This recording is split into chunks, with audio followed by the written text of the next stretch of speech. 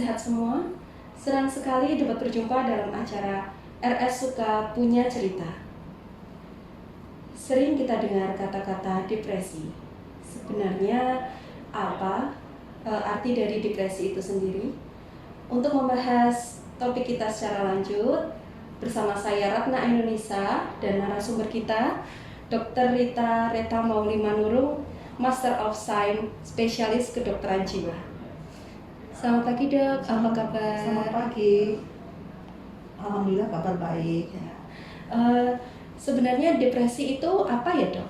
Ya, terima kasih Mbak Nisa. Di sini kita sama-sama belajar ya tentang pengertian dari depresi. Depresi itu merupakan gangguan mental, di mana ini bisa mengganggu fungsi aktivitas kita sehari-hari, fungsi kita berkomunikasi, fungsi kita bersosialisasi. Kalau untuk depresi itu sebenarnya ada berapa macam ya dok? Terima kasih ya Mbak. Depresi itu ada 3 macam.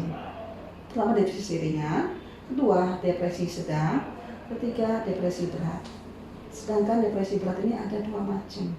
1. Depresi berat dengan gejala gangguan jiwa, dan kedua depresi berat tanpa gejala gangguan jiwa. Berarti banyak macamnya kita.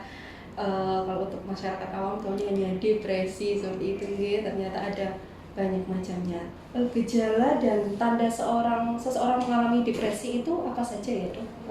Gejala dan tanda depresi, yang gejala utama itu ada 3 ya Mbak ya. Yang pertama adalah gejala di afektifnya, artinya perasaannya sedih yang terus menerus. Kedua, tidak ada semangat untuk melakukan sesuatu. Ketiga, mengalami artinya tidak ada tenaga untuk melakukan segala sesuatu. Dan ada gejala tambahan, yaitu 1, merasa dia pesimis akan hidupnya. Kedua, dia mengalami gangguan tidur, gangguan makan, dan merasa masa depannya buruk. Bahkan yang kita takutkan adalah apabila depresi dengan gejala halusinasi, gangguan jiwa, itu yang paling kita takutkan, karena halusinasi itu yang akan menyuruh dia untuk bunuh diri. Faktor penyebab depresi itu sendiri apa ya dok? Faktor penyebab depresi itu ada 1, faktor biologik, itu dari hormonal, ya, ketidakseimbangan hormon yang ada di tubuh kita. Kedua, faktor dari genetik. Kalau orang tua yang punya depresi, pasti anaknya sebagian besar depresi. Dan yang ketiga, faktor yang dari luar, ya, artinya pencetusnya misalnya ada stresor itu contohnya bahwa ada keinginan dia yang tidak diturutin. Bagaimana cara memotivasi diri jika ada keluarga kita atau tetangga kita yang mengalami depresi, itu seperti apa dok? Yang pertama, kesembuhan untuk pasien, ya. 1 adalah ada kemauan dia untuk sembuh. Kedua, ada dukungan keluarganya, di mana di sini dukungan keluarga yang paling penting, baik suami, ibu, bapak, anak, ini kita perlukan sekali, ya. Jadi di sini untuk orang yang depresi, biasanya depresi itu banyak berdiam diri, apalagi dia mengurung diri di kamar. Silakan, pertama adalah pendekatan secara agama, ya, kita tetap artinya pada Allah kita minta, kita ajak dia untuk melakukan kegiatan agama. Terus berikutnya adalah kita support dia dalam hal apapun, kita kasih dia semangat, kita kasih dia artinya bahwa dia mampu. Kalau dia baik, kita kasih reward atau hadiah. Jangan kita artinya membuat dia menjadi semakin sedih dengan kata-kata kita.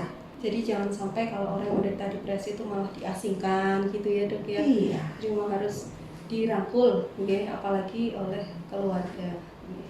Kemudian bagaimana cara kita agar terhindar dari depresi itu sendiri dok? Kadang stres dikit itu apakah juga depresi? Jadi cara kita menghindari depresi, karena depresi itu sedih ya. Kesedihan itu terjadi ya karena tadi bisa karena genetik, bisa karena ketidakseimbangan hormonal. Jadi cara kita untuk mengatasi depresi, yang pertama juga tetap kembali lagi pendekatan religi. Kita harus percaya bahwa Allah itu baik, yang diberikan Allah itu pada setiap hari selalu baik. Yang kedua, kita harus berpikiran selalu positive thinking. Hal-hal yang membuat kita depresi, umpamanya tentang yang belum terjadi, kita harus melawan dengan positive thinking. Semuanya baik. Hari ini misalnya kerjaan kita berat, membuat kita capek, tidak ada semangat, malas. Ya kita harus support diri kita. Saya mau bekerja, saya mau berbuat baik untuk pekerjaan saya, agar pekerjaan ini menimbulkan satu, kesenangan bagi saya. Bisa artinya kedua, bagi tempat kerja. Ketiga, bagi keluarga saya. Jadi harus ada keinginan untuk berpikiran positive thinking. Ya. Berarti memang sangat penting sekali ya Dok ya untuk positive thinking ya, dalam segala hal. Terus kalau untuk pengobatan depresi itu sendiri apa saja Dok? Ya, terima kasih Mbak. Depresi ringan sama sedang kita belum memerlukan pengobatan, ya, karena masih bisa diatasi dengan pikirannya dia sendiri, asal dia bisa berpikiran positive thinking. Yang kita perlu obatin adalah depresi berat. Kenapa perlu kita obatin? Karena di sini mulai timbul adanya halusinasi. Halusinasi biasanya halusinasi itu adalah gangguan di persepsi pikiran, di mana dia merasa ada yang di telinganya halusinasi auditorik atau akustik, ada yang menyuruh dia untuk bunuh diri. Dan inilah yang harus kita obatin. Pengobatannya pertama, yang memang karena terjadi ketidakseimbangan hormonal, makanya pengobatannya itu harus dengan psikofarmaka, dengan obat-obatan antidepresan. Ya, antidepresan diperlukan untuk mengatur keseimbangan hormonal. Ya. Kedua, kembali lagi bahwa dia ada psikoedukasi, artinya pemberian nasihat, perhatian, pertama ini dari orang yang terdekat, keluarga. Ya. Ketiga, ya bisa dia artinya dengan positive thinking. Keempat, ya dia bisa melakukan olahraga itu untuk menjaga keseimbangan hormonalnya itu. Ya, itu. Yang kelima, ya bisa dia artinya dia bisa melakukan hobinya. Yang hobi renang monggo, yang hobi otak-atik mobil silahkan. Jadi memang ada yang belum memakai obat, ada yang memang sudah harus memakai obat, dan yang penting itu dukungan dari keluarga ya Dok ya. Iya. Dokter Rita sendiri melakukan pelayanan di Poli Jiwa di RSUD Sunan Kalijaga Kabupaten Demak ya Dok. Iya. Ya, kalau di sana itu melayani apa saja ya Dok? Ya. Jadi kami di Poli Jiwa RSUD Suka Demak, Kalijaga Demak, kami melayani terutama di Poli 13, saya di Poli 13 kami melayani satu, tes kesehatan sehat mental rohani atau MMPI, ya. Itu bisa digunakan saat ini paling banyak digunakan untuk satu pemeriksaan untuk para pejabat, baik kepala dinas, ya, baik artinya pemeriksaan kepala daerah, dan juga kami melakukan untuk yang non pejabat seperti untuk kerjaan calon pegawai negeri sipil, dan juga untuk paling banyak perangkat desa. Ya, jadi tes ini diperlukan karena sekarang pemerintah menginginkan bahwa orang yang untuk bekerja harus sehat, bukan hanya secara fisik tapi secara mental.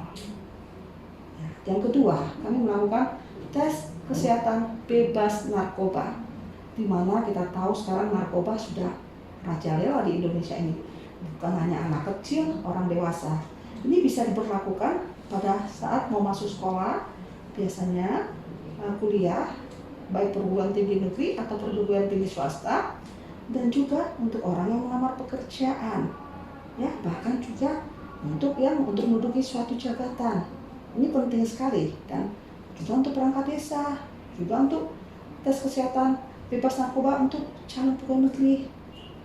Dan yang ketiga, kami bersama psikolog sering bekerja sama untuk melakukan tes untuk IQ, ya, dan juga bersama psikolog kami juga melakukan artinya pemeriksaan, terutama yang paling penting banyak untuk adopsi anak, harta warisan, ya, harta warisan. Ini benar-benar harus bukan hanya keluarga, orang yang lain, misalnya saudara yang lain harus diikutkan, ya. Yang keempat, kami sering juga melakukan pemeriksaan untuk pasien-pasien jiwa sendiri, baik pasien yang cemas, baik pasien yang depresi, ya. Dengan cara apa? Kami lakukan pengobatan, kami beri dukungan yang namanya psikoterapi, dan di situ biar artinya sebelum ke keluarga, kami dokter memberikan psikoterapi, memberikan dia semangat agar dia tidak merasa wah saya nggak sendiri di dunia ini.